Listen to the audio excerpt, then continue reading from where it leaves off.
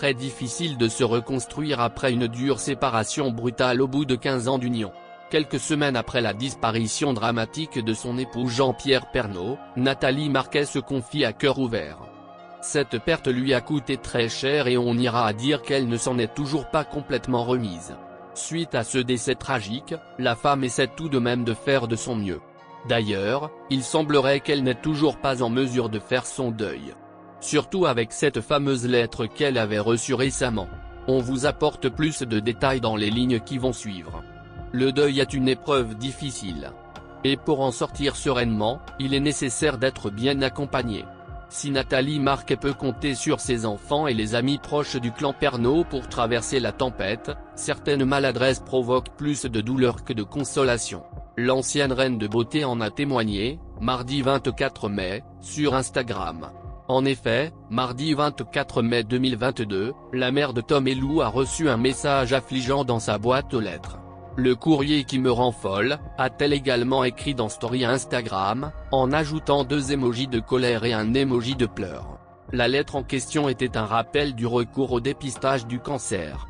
En outre, elle était à l'attention de Jean-Pierre Pernaut, apparemment toujours inscrit sur leur liste de diffusion. C'est en 2001 que Nathalie Marquet et Jean-Pierre Pernaut se sont rencontrés et par la suite, ils ne se sont plus jamais quittés.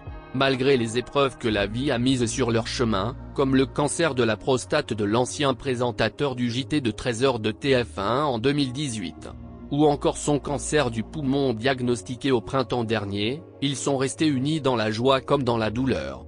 Rappelons qu'après avoir subi 4 mini-AVC en janvier, il a subi une opération à cœur ouvert le mois suivant. Malheureusement, il a perdu la vie après avoir été plongé dans un coma profond, suite à des complications.